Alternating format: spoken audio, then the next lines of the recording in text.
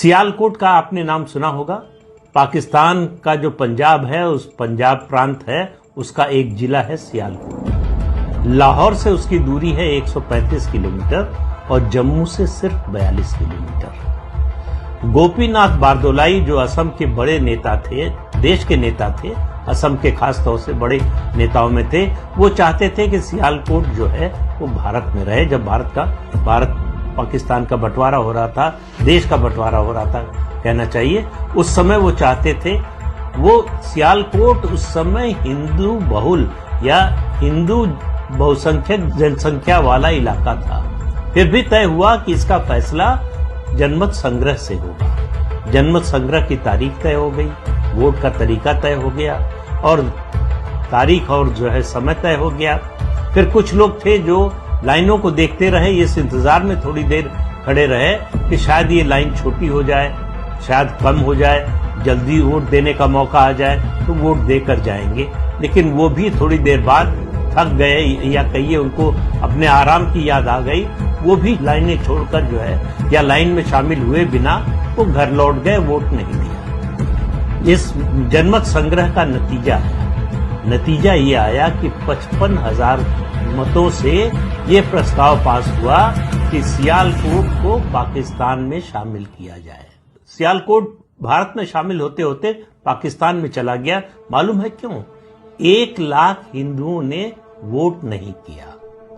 उस समय सियालकोट में हिंदुओं की कुल आबादी थी 2,31,000, 2,31,000। उसमें से 1 लाख ने वोट नहीं दिया।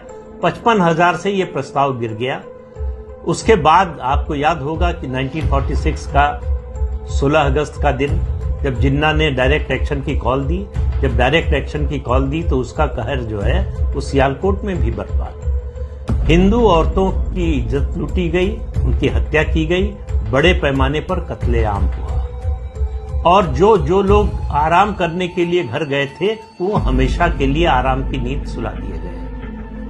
और 1951 यानी ये 1941 के सेंसस की फिगर बताई मैंने, 2,31,000 हिंदू पॉपुलेशन थी और 1951 यानी 10 साल बाद जब सेंसस हुआ, और जब ये मैं बता रहा हूँ 1941 के सेंसस के आधार पर, तो 1946 की बात कर रहा हूँ।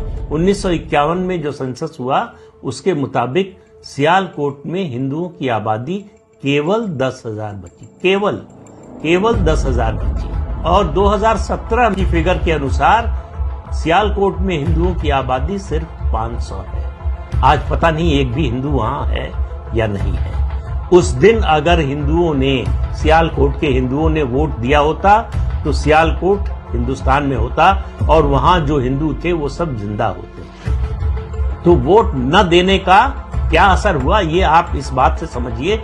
एक वोट न डालने से, ये सोचकर कि हमारे एक वोट न देने से क्या होता है, क्या उसका नतीजा होता है, ये उसका सबसे बड़ा उदाहरण है सियालकोट। असल में क्या है कि हिंदू जो कौम है, हिंदू जो समाज है, वो बड़ा आलसी समाज है। वो राष्ट्रीय जो मुद्दे हैं उन पर उस तरह से कभी उत्तेजित नहीं होता, उस तरह से कभी जो है वो उस तरह की निष्ठा नहीं दिखाता। उसको लगता है कि हमारा व्यक्तिगत हित सदे उस काम में हमारी रुचि है। और खास तौर से सबसे अफसोस की बात यह है कि हिंदू समाज का जो पढ़ा लिखा वर्ग है वो और ज्यादा आलसी है इस मामले में। वो मतदान की तुलना में छुट्टी मनाना, घर में आराम करना ज्यादा पसंद करता है। आप चुनाव दर चुनाव देखिए, आजादी के बाद से शहरी इलाकों में, खासतौर से बड़े शहरों में मतदान का प्रतिशत सबसे कम होता है। इस देश में मेरा मानना है कि अगर जनतंत्र को, प्रजातंत्र को किसी ने बचा कर रखा है तो ग्रामीणों ने बचा कर रखा है, ग्रामीण जनता ने बचा कर रखा है, जो कम पढ़े लिखे हैं, जिनको नासमझ समझा जाता है। दरअसल इस देश में जनतंत्र के सबसे बड़े रक्षक वही लोग हैं। तो वोट देने जाएंगे नहीं, ये अपेक्षा करेंगे कि वो देश में क्रांति कर दें, सब कुछ बदल दें, लेकिन हमसे वोट देने के लिए ना कहें। हम वोट देने के लिए नहीं निकलेंगे। तो वोट न देने का क्या नतीजा होता है, अगर आपको आज समझ में नहीं आ रहा है तो कम से कम अतीत से, इतिहास से सबक सीखिए। एक वोट न देने से सियालकोट का क्या हुआ, सियालकोट के हिंदुओं का क्या हुआ, इससे अगर आप सबक नहीं ले सकते, इससे अगर आपको जमीनी हकीकत समझ में नहीं आती, तो आप अभिशप्त हैं उसी गति को प्राप्त करने के लिए जिस गति को सियालकोट के हिंदू प्राप्त किए। ये आज का जो दौर चल रहा है हिंदू पुनर्जागरण का दौर है, सनातन धर्म की पुनर्स्थापना का दौर है। इसमें मैं कहता हूं निकलकर उनके खिलाफ वोट दीजिए, लेकिन वोट दीजिए तो उनके हाथ अगर मजबूत करना चाहते हैं तो उनके पक्ष में वोट दीजिए। किसी को वोट दीजिए लेकिन वोट जरूर दीजिए। ये सोचना कि हमारा एक वोट नहीं पड़ेगा तो क्या होगा, ये जो वोटिंग परसेंटेज गिरा है उसमें सबसे बड़ा कारण मैं यही मानता हूं। जब जब आपके मन में ये ख्याल आए कि एक वोट से क्या फर्क पड़ेगा, हम वोट नहीं देंगे तो क्या अंतर आ जाएगा, नतीजा तो तय है, तब आप याद कीजिए सियालकोट की घटना। सियालकोट के हिंदुओं ने अगर इस तरह से न सोचा होता, अगर आराम